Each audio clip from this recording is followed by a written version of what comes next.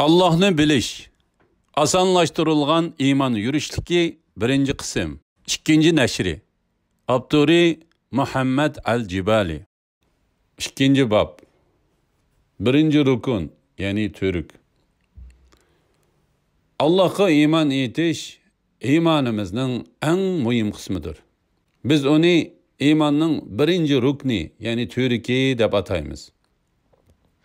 Başka rukunlarning hammasi mushu rukunga ergishib keladi.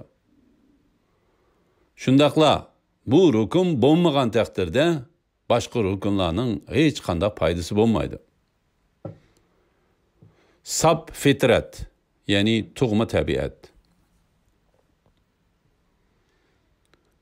İnsandaki sap fitrat uni Allah'ni tanishga yetaklaydi. Allah subhanahu wa ta'ala shundaq deydi. Tercümesi, batıl dinlardan burulup İslam dinine yüzlengin. Allah'ın dinine ergeşkin ki Allah insanlarını şu fitret bilen yaratkan. Allah'ın yaratkanı da özgürüş bulmaydı. Bu doğru dindir. Lekin insanların tolisi bilmeydi. Sure Rum 30. ayet. Efsuslanarlıqı şu ki nurg'un kishilarning fitrati tug'ilgan vaqtidagidek sap turavermaydi. Ularning fitrati ularga Alloh to'g'risida xato tushunchalarni singdirib o'tgan ota-onasi va o'qituvchilar tarafidan buzib etilgan bo'ladi. Shu vajidan ularning fitrati ularni haqni tanishga yetaklay olmaydi. Abu Hurayra va Al-Aswad ibn Sari radiyallahu anhumadan rivayet kılıngan hadiste Resulullah aleyhissalatu vesselam şundaq degan. Her qandaq farzand fitrat ustida tug'iladi. Biroq ota-onasi uni ya Yahudi ya Hristiyan va yoki bir majusi qilib chiqadi. Buxoriy 1358. Muslim 2658. numaralı hadisler. Allah'ın tanıştaki muhim kurallar. Sap fitretimiz bizning Allah'ını tanışımızga ve Allah'a itaat kılışga hazırlanışımızga yardım berdi. Bunundan sırt, ilkimizdeki nesillerinin hemmisini bizni yaratkan Allah ata qilgan. Ana şu Allah bizge ko'radigan ko'z, anglaydigan quloq, tafakkur qiladigan ming'a qatorliqlarni ato qilgan. Allah subhanahu wa ta'ala shundaq deydi. Tercümesi, Allah sizlarni ananglarning qarnidan hech narsani bilmaydigan holatinglar bilan chiqadi. Allah sizlarga shukr qilsin deb quloq, ko'z ve kalplerini ata kıldı. Sure Nahl 78. ayet. Biz Allah subhanahu wa ta'ala özümüzge ata kılgan muşu korallar arqılık etrafımızdaki dünyaya ibret nazır bilen karşımız ve bizni ve başka cemi şeyini yaratkan şundakla bizni ve cemi mevcudatni perviş kıldıgan bir ulug' yaratquchi ba. O yaratquchi Allah'tır degan haqiqatni tanib yetishimiz kerak. Eng ulug' yaratquchi.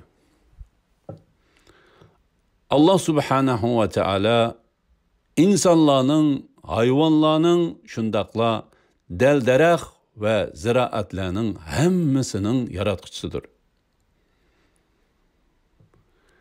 Allah yer şarının, onundaki tüzlenliklerinin, tağ cılgılarının, deniz okyanlarının yaratquchisidir.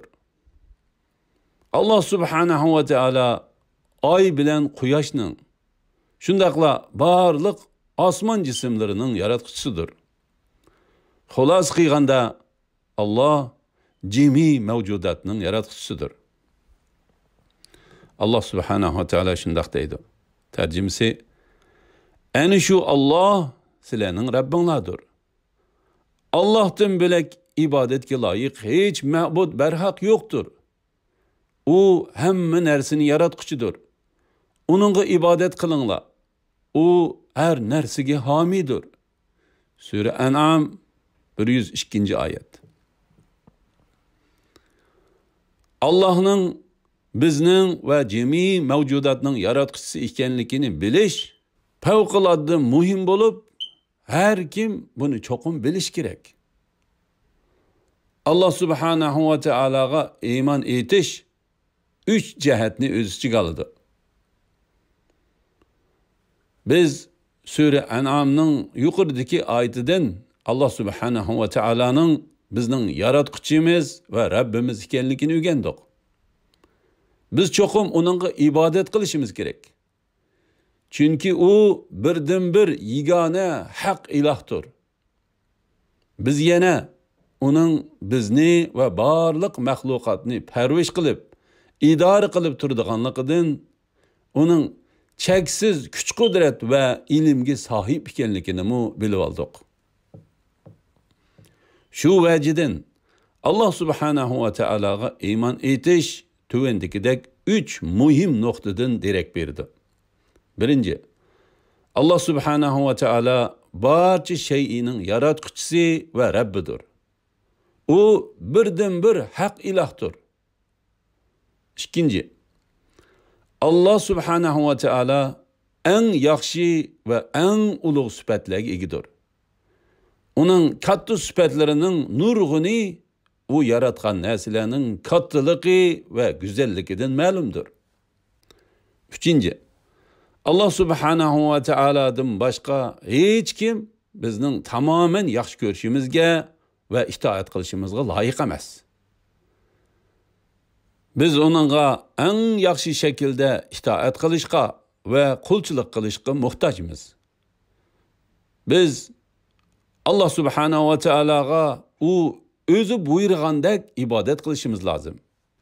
U bizning birdan-bir haqiqiy ilohimizdir. Mushu xil iymon tushunchasiga ega bo'lmagan inson tamoman ziyon tortgan va ozg'in bo'ladi. U go'yo guldur mamliq yomg'irda qilib, qayaga berishini bilmay, har tarafga tiprab yurgan urkigak toshqonga o'xshaydi.